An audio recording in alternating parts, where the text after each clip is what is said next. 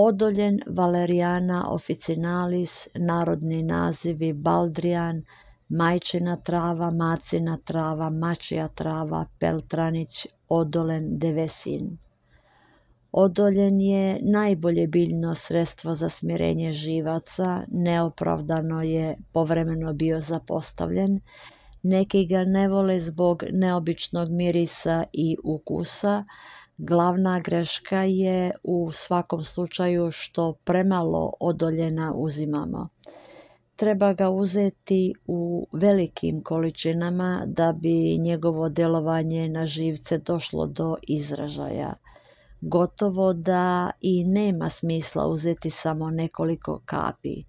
Treba uzeti najmanje pola kašike, pola kašičice ili punu kašičicu tinkture odoljena.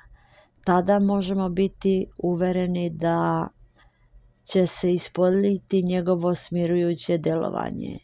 Najbolje je tinkturu odoljena uzimati sa šećerom.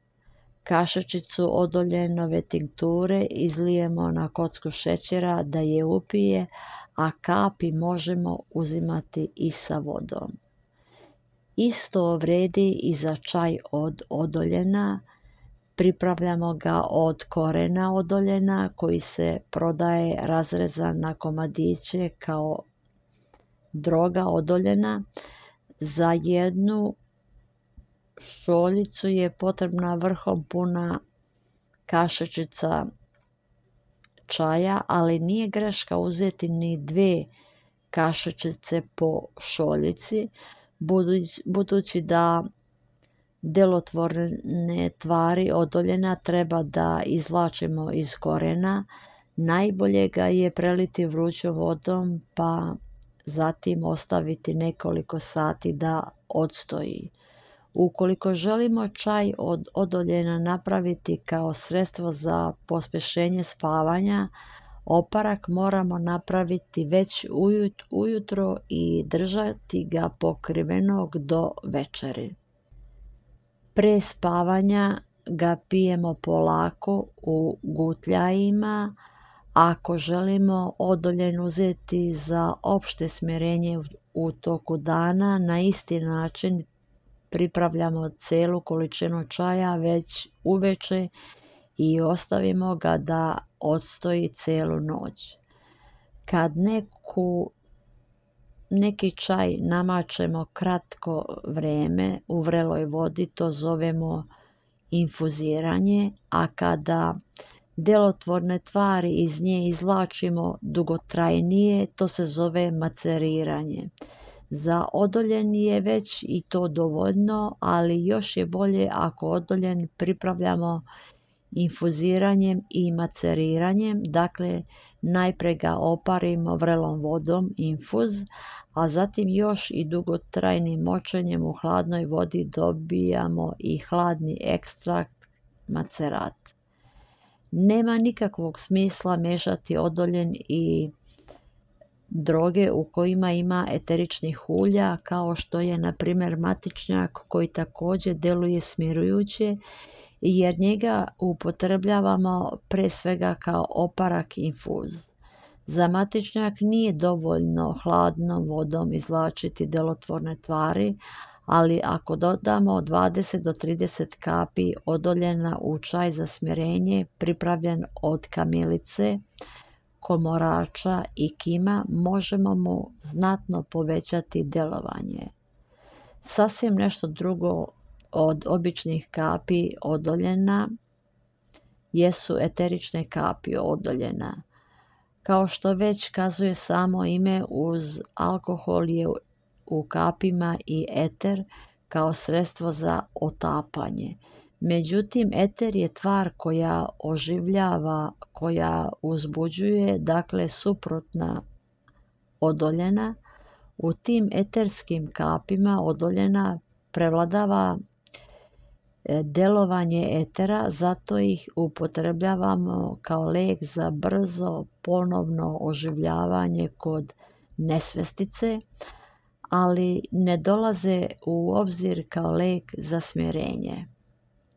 Odoljen je kod nas vrlo rasprostranjena biljka, raste na vlažnim mjestima, šumskim obroncima, pa čak i na šumskim stazama.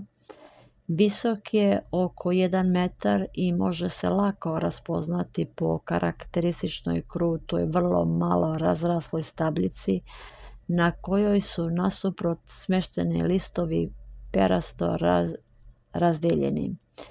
Cvjetovi su belkasti i crvenkasti, sastavljeni u paštitac. U korijenu odoljena ima cijeli niz tvari, a sve djeluju podjednako smirujuće na središnji živčani sistem. Iako je hemija u međuvremenu pronašla mnogo lijekova za smirenje, odoljen još ima važnu ulogu. Još je i sada jedan od najboljih i uz to najmanje štetnih lijekova u biljnom svijetu.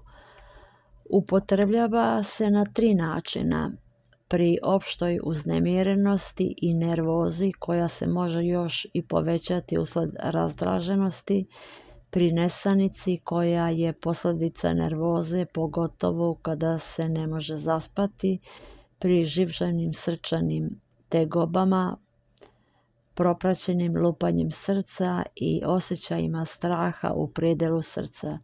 U svim navedenim slučajevima odoljen se uzima u obliku kure nekoliko sedmica uzastopno. Isto tako koristi i kod akutnih tegoba, ali tada dajemo prednost kapima.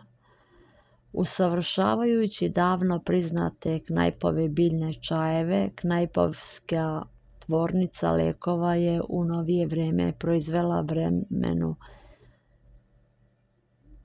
primjerene čajeve koji se brzo otapaju, poznate pod nazivom presana. To su ekstrakti biljaka, praškovi koji se samo preliju vrelom vodom i čaj se može odmah piti. To je veliko olakšanje za čovjeka današnjeg užurbanog vremena. Na taj način kuru s biljnim čajevima možemo provoditi i za vrijeme rada, na putovanju i na odmoru, a taj oblik je isto tako dobar i u akutnim slučajevima jer se čaj može odmah pripraviti. Odgovarajuće sredstvo za smirenje je Knajpov nervopresan čaj, ekstrakt odoljena koji se može odmah otopiti, a u kojem ima i matičnjaka. U čašu vrele vode stavi se poravnata kašičica tog pripravka.